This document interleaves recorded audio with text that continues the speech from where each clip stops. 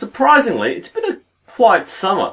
I've done a couple of QREs, which was worth the experience, even though I didn't shoot very well. And it was nice to finally get my name in the state rankings, even though it was just a mediocre score. I don't do much long distance shooting, so I'm getting hammered when it comes to going the distance. And that's something I obviously need to work on. Yesterday we had our first club competition for the year, and I came out with kind of mixed feelings. Leading up to the event, I spent a week working on my chronic form problems, just trying to find a solution as to what was going wrong. It was really up to me to figure out what I had to do. My coach was quite baffled. He didn't know what was wrong with me. He was very disappointed with me, but he didn't know how to fix what I was doing. The advice he was giving, I felt I didn't really agree with in some ways. I felt that he was drilling something into my head, which is actually making things worse at times. And I felt it wasn't the right approach, at least to how I felt I need to fix things. Working out psychological factors is a very tricky minefield, and in hindsight, I think what we worked on may have had the opposite effect. I was constantly being told by my coach that I was very hesitant in coming through the clicker and completing the shot. I didn't really agree. I didn't think it was a psychological barrier. A lot of people do go through the yips where you just can't do the shot properly. And I don't always shoot cleanly, but I didn't think hesitation was the root cause of my form problem.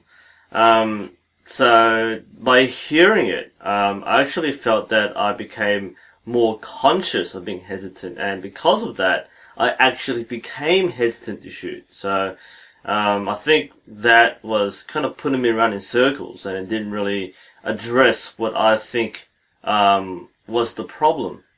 What I tried to do was to take a step back and try to look at various other factors that could be involved. I felt that my biggest problem was not my mentality, but I was pretty sure there was something wrong with my technique, or something inconsistent with my technique. It was a persistent feeling that I wasn't getting my anchor point consistent.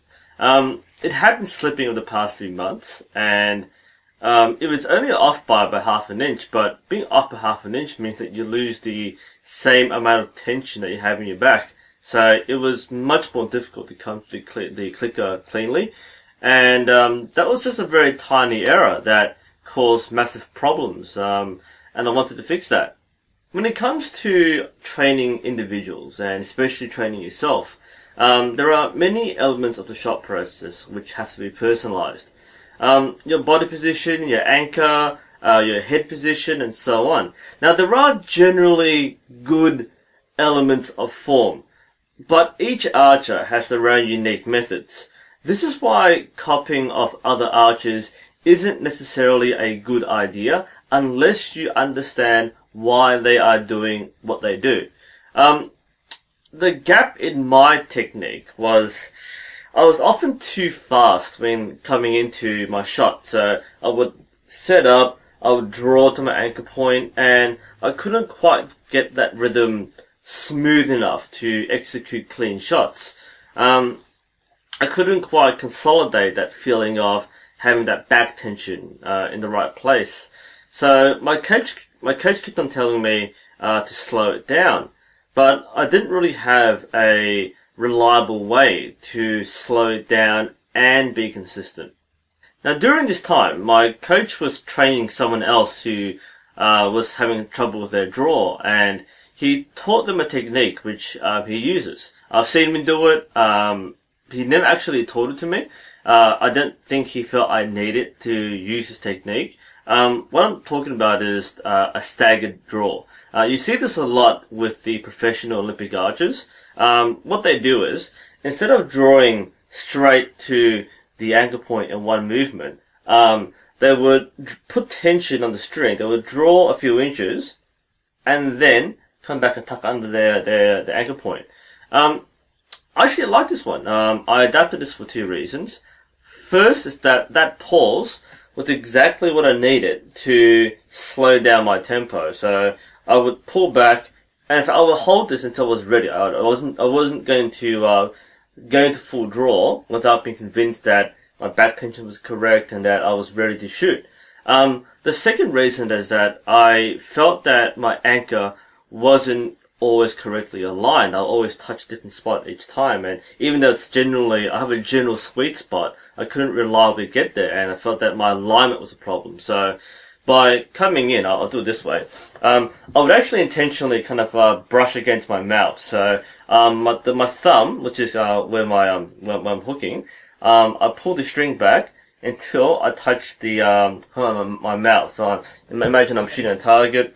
I would draw back, kind of around here, and then complete the draw. So now I'm at full draw, and I'm actually find it easier to tuck my anchor point to where I like it to be. Everything else is fine. The string alignment is fine. The contact on the lips is fine. The contact on the hand is fine.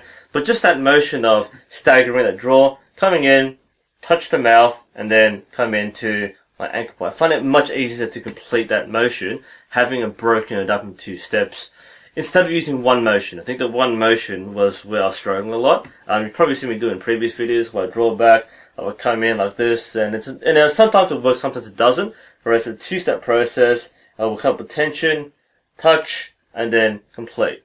I think having that 2-step process helped me a lot. The problem with this method is that it relies on you having enough strength and stamina to hold that tension throughout the shot process. It's no good pausing and then losing your tension. And this is probably the reason why this isn't taught to beginners as a standard method. Most beginners are taught to just come in, come to your anchor point, whatever it is, to your mouth, or come to your jaw anchor, and then release. I think that staggering puts a bit more tension, a bit more stress on your shoulders. So if you're not used to handling your bow weight, what can happen is you would draw back, you pause, and then your muscles start contracting because you're not used to holding the weight. That's obviously going to ruin your shot process. I felt that after I got this right, after this 2-step wham, touch, and then touch here, I was suddenly shooting very consistently. I would always kind of spray my shots at 30 or 40 meters. Even though I can shoot fairly consistently, it wasn't to my expected level. And by doing this, I felt that I resolved that problem, and the problem was the anchor point.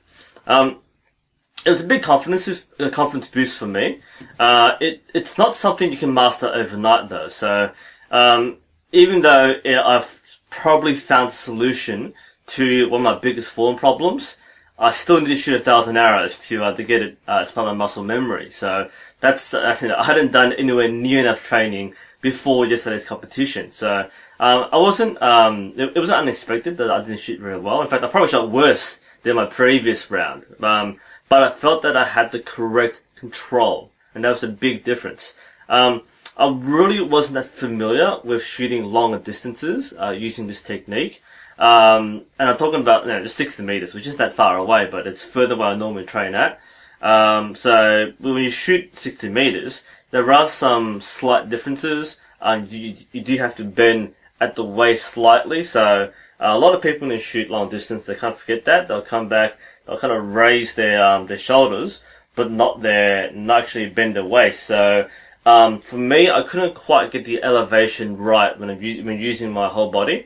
And I couldn't quite get the anchor point right using this process. So 60 meters, it's a bit higher. Coming through felt a bit different. So I wasn't quite used to doing that at long distance. So obviously I will need to do more training at long distance to get that feeling right. Like I said, I ended up shooting worse than I shot before, especially at the 60 meter point. I was on par at 1540 meters. And towards the end, I felt I had far more control over my groups rather than being a random number generator. So even though I didn't score as high, I didn't come near my personal best. I was still satisfied that I found the answer I was looking for. It wasn't a vague, do this kind of thing to shoot better. I had a method, it worked for me, and I have to practice it a lot more. I need to go through that 1,000 arrows. Now, I personally don't have a problem shooting 60 or 70 meters. I'm not very good at it, but I'm not afraid of it, and that's very important. This is the next point in my reflection. because we're a very small club, most of us only shoot once a week. It can get really hard to motivate people to be competitive. And I don't mean like go and do national championships. I mean just doing a full round. We do a full outdoor round, shoot 70 meters, shoot 60 meters. No prizes involved. Just get people to stay back and spend 3 hours shooting, which is actually asking a lot of people. So that's one of the things I've been struggling with personally as being part of my club. It's also very hard to get people to be prepared for a shoot. Again, I'm not talking about state championships. I'm just talking about a regular shoot. I'm talking about things like technical matters, having a bow with the right draw weight. And a lot of us still are on like 24 pounds, 30 pounds, which do struggle at long distance, but that's what they're starting out with. Even having enough arrows. I have 14 arrows in my quiver. And I haven't broken one for quite a while. I mean, I've splintered arrows from close hits, but I haven't missed and smashed an arrow. So I still have plenty of spare arrows. I've learned from my errors from my previous tournaments, but I haven't. I've made sure that I've got enough arrows to compete. And you shoot 6 arrow ends. You need space in case you break your arrows. And a lot of people actually don't have enough arrows, which kind of surprises me. But a lot of it comes down to people not having disposable income, or people not willing to spend money to buy things in preparation. And I do a lot of buying of archery equipment. I buy spare parts. I buy tools and accessories. So I feel like I'm fairly well prepared. But I think most people kind of don't understand what's needed to be prepared for a full shoot. I think, however, the main point is that at some point in time, an archer has to make that breakthrough. That moment where they feel like they can have the confidence to shoot meaningfully and purposefully at competitive distances. Now, it's different for in-down close distance shooting, because even though you might not shoot very well, you're not going to miss a target and break an arrow. Shooting at 50, 60, 70 meters is very intimidating for a lot of people, and that fear actually causes them to shoot worse. A lot of archers won't shoot until they are ready to shoot at long distance. In some places you can't shoot unless you qualify at closer distances, so there is a factor there. What this means though is that some archers exclude themselves from shooting longer distances and then miss out on the experience of shooting that competition distance. And this is fair. If you're not ready, then it's not going to be a very fun shoot. That's when frustration and rage builds up. But that kind of confidence doesn't come by itself. It does require intense training, and you need to put the hours in. Coming out to the range, shooting for an hour, getting someone to come with you. All these things are steps which you need to take to build that commitment and that confidence. It's really easy for someone to become jaded with archery when you've got 1 foot in the door, but you're not stepping through it. And you can be stuck at that point for years, and even I'm not fully through that door yet. But, as you always say in archery, your only opponent is yourself. Even though I did come with a first place finish, I didn't beat myself. That means that I need to work harder to get where I want to be. Anyway, this is NUSensei. Hope you found this interesting. Thanks for watching. I'll see you next time.